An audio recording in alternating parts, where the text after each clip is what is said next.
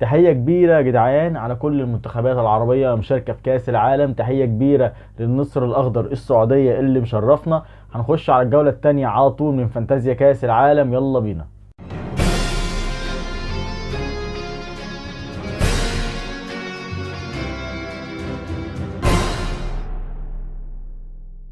طبعا مش عايز افكرك ان اي لايك للفيديو انت بتدعمني فيه وبتوصل الفيديو بتاعي للناس يعني حلوه زينا وبتحب تفكر في الفانتازيا وتلعب فانتازيا.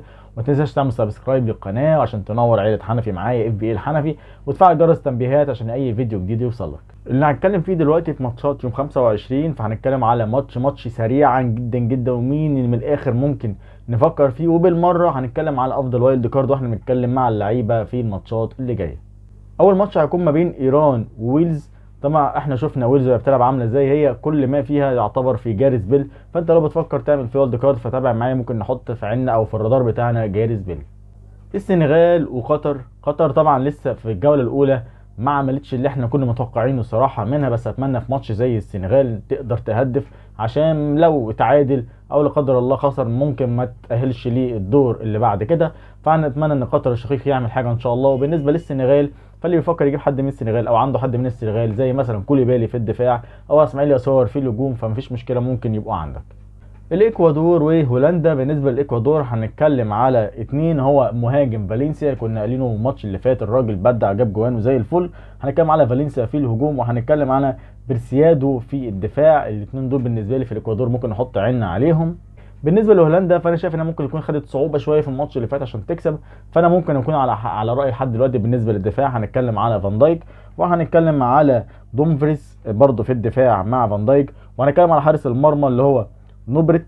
ده حارس مرمى كويس جدا في التصديات بتاعته. وبالنسبه لخط النص هنقول طبعا على ديون.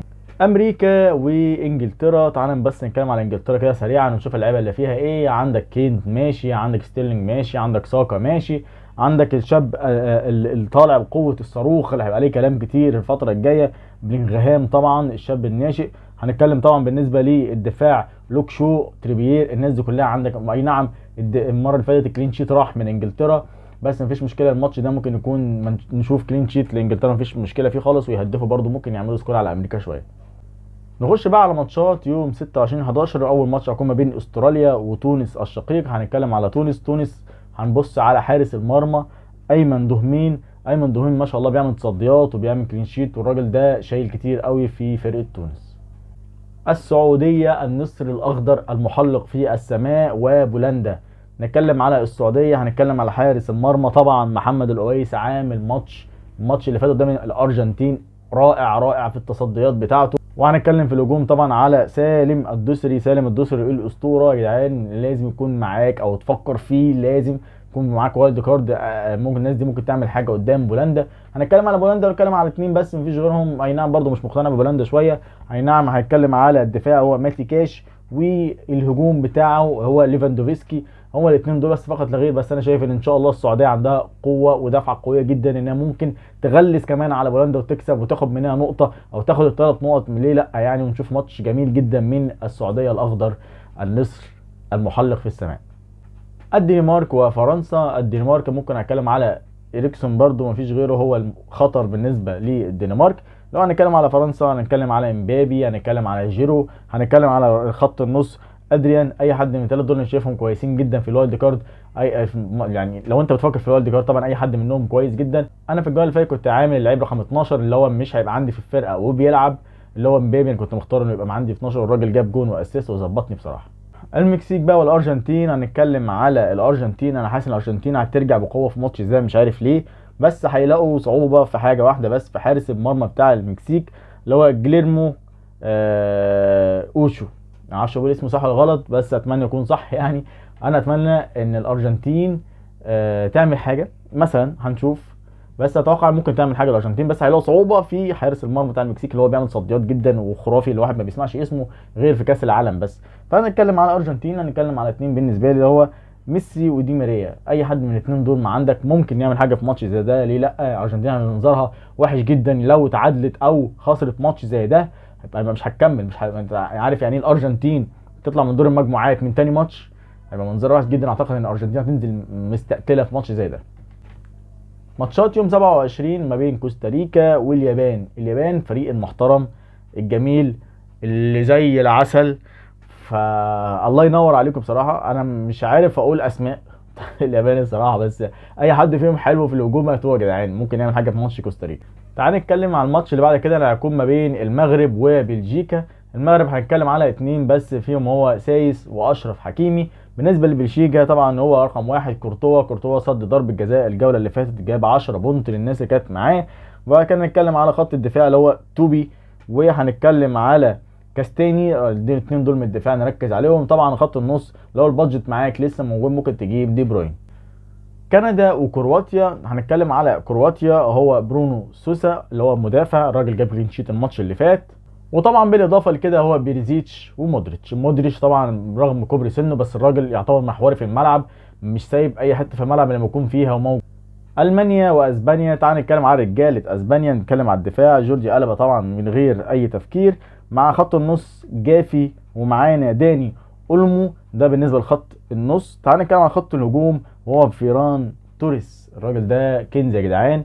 انا كان عندي ومراتا الحمد لله نازل من الدكه وعامل جون واسيست، الراجل انقذني برضه، انا كنت خايف يبقى دكه وما ينزلش خالص.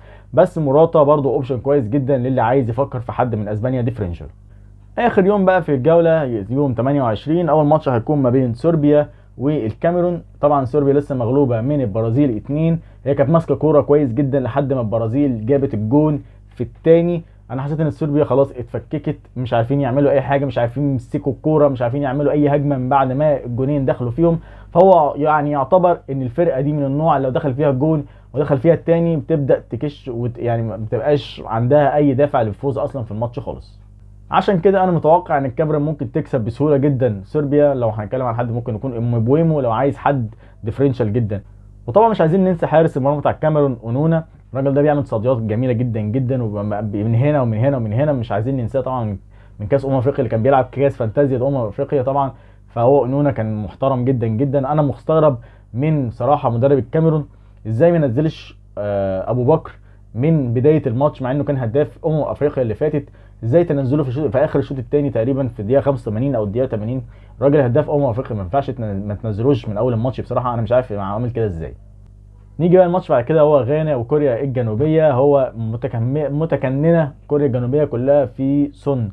ممكن الماتش ده يكون ممل شويه، فيه كذا ماتش شفناهم بصراحه مش فيهم الحماس خالص. ممكن يكون ده ماتش منهم اللي هو غانا وكوريا. اتمنى يكون ماتش يعني الى حد ما فيه جوان، بس انا متوقعش الصراحه.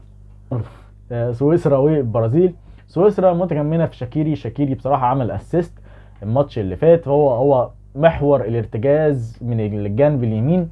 الراجل بيظبط الدنيا ورفعات وكورنرات والكلام ده كله. شاكيري يعتبر بس مش هيبقى قدام البرازيل الكلام دوت. البرازيل ما شاء الله برازيل واسمر. اول حاجه في الحراس المرمى هو اليسون، هو اللي كان واقف المره دي. تعال نتكلم على خط الدفاع. اليكس ساندرو برضو مهم يكون موجود.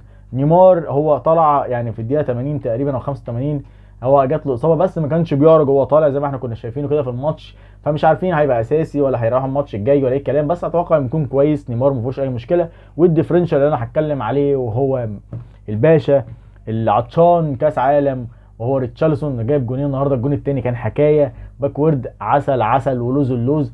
فلو بتفكر في الوالد كارد بتاعك ممكن تفكر فعلا في ريتشارلسون. واخر ماتش معانا في الجولة هيكون ما بين الاوروجواي والبرتغال. طبعا الدون البرتغال كريستيانو رونالدو ده اول واحد ممكن نرشحه معانا لو بتفكر في الوايلد كارد اللي جاي. وبالنسبة للاوروجواي عندك اتنين لويس سواريز ودراون نونيز، بس انا اتوقع ان البرتغال حاسس انها هتسجل وتقدم معانا الاوروجواي، فانا اتوقع رقم واحد بالنسبة لنا هو كريستيانو رونالدو. طب بالنسبه يا عم خيارات الكابتنه بتتعامل ازاي؟ مثلا لو في يوم 25 بالنسبه للماتشات اللي موجوده في 25 نكابتن مين؟ في عندك ماتش بتاع امريكا وانجلترا ممكن تكابتن ساكا. بالنسبه لي اليوم 26 بعد كده انت هتلاقي مثلا فرنسا هتلاعب الدنمارك، فممكن تكلم امبابي تكابتن امبابي او ممكن تكابتن جيرو.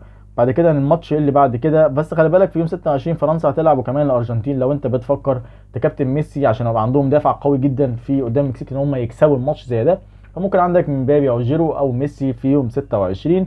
تعال نشوف 27 في حد ممكن نكابتنه فيها. مش شايف حد غير مثلا في اسبانيا والمانيا. ممكن تكابتن حد من اسبانيا مثلا زي فيران توريس، ممكن يعمل حاجه في المانيا مفيش مشكله خالص. بالنسبه ليوم 28 مفيش غير طبعا بالنسبه لي البرازيل. في الكابتنه ممكن تكابتن نيمار او ممكن نكابتن ريتشارلسون، يبقى ريسك قوي جدا بالنسبه لنا. بس كده دي كانت نهايه الحلقه بتاعت الجوله الثانيه. بالنسبه لي الكود بتاع الليجا هيظهر قدام حضراتكم دلوقتي بتاع كاس العالم، وهسيب لكم اللينك تحت في الديسكربشن. واي اخبار انا هنزلها عندي على تويتر او على جروب الفيسبوك، والاثنين موجودين تحت عند حضراتكم في الوصف. اتمنى تكونوا تشرفوني وتنوروني ان شاء الله. بس كده يا جماعه، اتمنى اكون افدتكم ان شاء الله. اشوفكم في الفيديو الجاي. سلام عليكم.